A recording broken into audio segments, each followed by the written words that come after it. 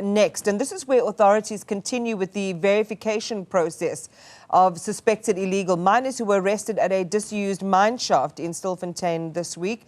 439 illegal miners resurfaced on Tuesday. The total number now stands above 1,000. So officials say there are more people still underground, and that is an area of concern. We will bring in our Refiloe Seboko in just a moment to share with us the very latest pictures, but we do understand that they've now started to have been taken by police to another location from where they emerged, and this was outside the mine shaft there in Orkney in the Northwest Province. We've also been talking to community activists and people who represent artisanal miners in those areas about some of the complexities related to the subject in general around illegal mining and how in some ways they feel let down or left out by the DMRE. Refiloe Seboko is live for us now and will bring us the very latest. Refiloe, there have been some developments and some movements at your location. Tell us what's happened.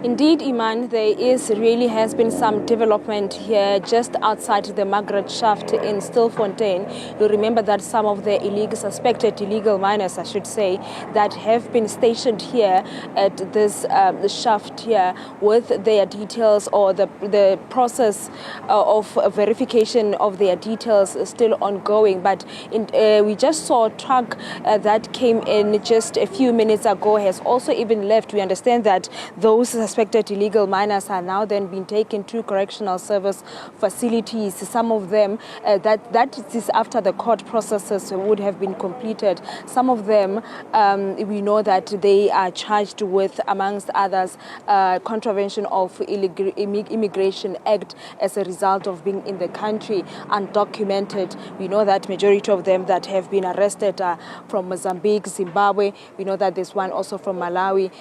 The police also indicating that there are some from South Africa. What is happening now, Iman?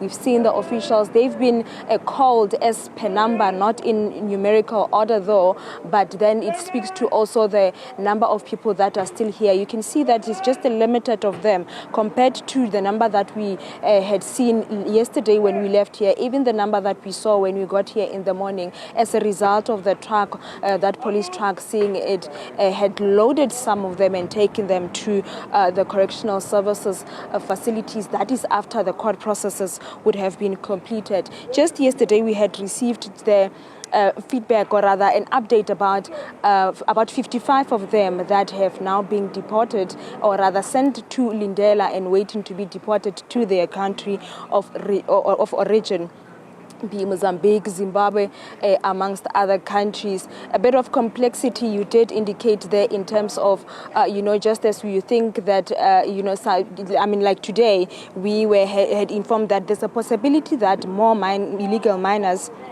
will resurface as a result of, being believed that more that are still underground are Basotho nationals.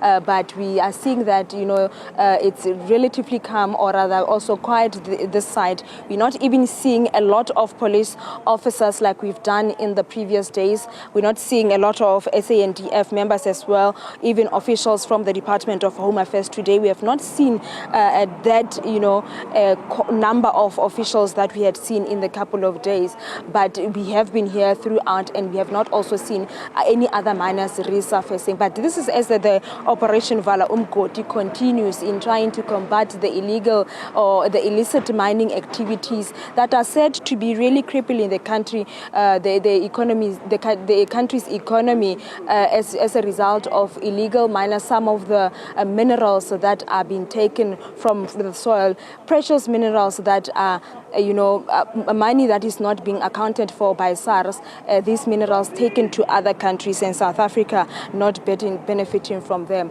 But we know that this operation, it keeps on, it's been ongoing, Iman. This time around, we are indeed really seeing a huge number of people, even with the police indicating that they did not anticipate that there is so much people that are still, or that are underground, or that are even also still believed to still be underground. underground. The issue that we had touched on a little bit earlier on, or even in the past few days as we are following up on this, what is unfolding this side, and it keeps on reappearing with even people on the ground talking about it, the possibilities of bodies being underground, something that the police are saying that, they are refuting and saying that there's nothing like that, considering the fact that they are keeping a close eye on what's happening underground. They have also not been able to give a certain number in terms of how many people that are still left underground, but also saying that they will continue to intensify this operation, closing and blocking all routes that have been used by communities to deliver necessities, water, food to these alleged or suspected illegal miners underground. One of the things that also keeps on rising or being raised as the discussions around this whole operation or this whole activity happening is the issue of, the deportation order being